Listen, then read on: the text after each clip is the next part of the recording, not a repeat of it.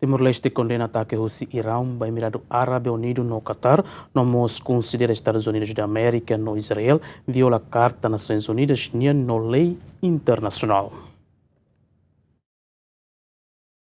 Le Russi comunicado de imprensa na BSGM na cessa e a página da Presidência da República, segunda Lorraine, Presidente da República Zeramos Horta condena ataque Sira Iranian, ba nação Sira nessa Emirado Árabe Unido, Qatar, Bahrein, Kuwait, Jordânia no Arábia Saudita.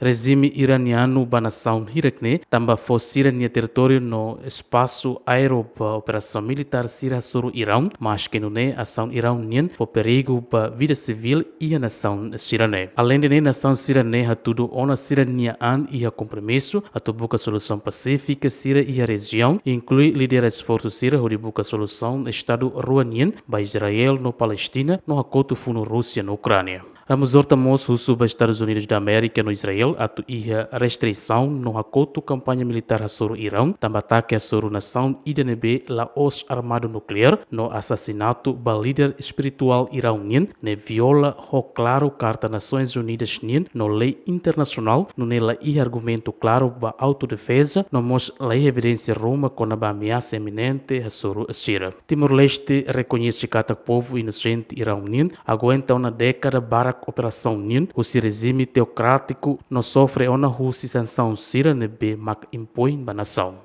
Ataque Síria Rússia Estados Unidos da América no Israel sobre Irão se a moço de moras lutando ba povo iraniano nessa acontece ona e a Gaza. Timor-Leste propõe a diálogo no reconciliação no dalam único ba estabilidade no futuro nebe dia clio no ne russo ba parte hoto a fila fale ba mesa negociação no ato aproveita oportunidade hoto ba de escalão. Agostinho da Costa, Yemen.